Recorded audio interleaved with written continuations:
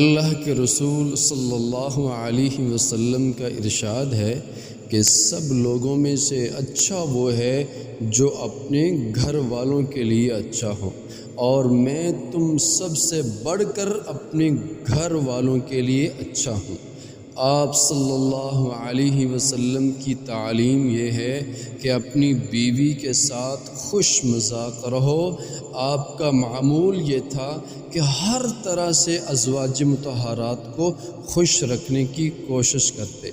ام المؤمنین حضرت عائشہ صدیقہ رضی اللہ عنہا فرماتی ہیں، ایک دفعہ میں نے دلیا پکایا اور پکا کر آپ صلی اللہ علیہ وسلم کے سامنے رکھا۔ اس وقت ام المؤمنین حضرت سودا رضی اللہ عنہا بھی آپ کے پاس بیٹھی تھیں۔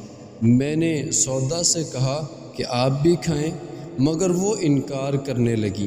میں نے بطور مزاح کہا، اگر نہ کھاؤ گی تو یہ دلیا تمہارے منہ پر مل دوں گی۔ انہوں نے پھر بھی نہ کھایا۔ میں نے مزاح میں اٹھ کر دلیا سودا کے چہرے پر مل دیا۔ رسول اللہ صلی اللہ علیہ وسلم نے دیکھا تو ہنسنے لگے۔ میری یہ حرکت دیکھ کر آپ نے سودا سے فرمایا، اب تم بھی یہ دلیا عائشہ رضی اللہ عنہا کے منہ پر ملو۔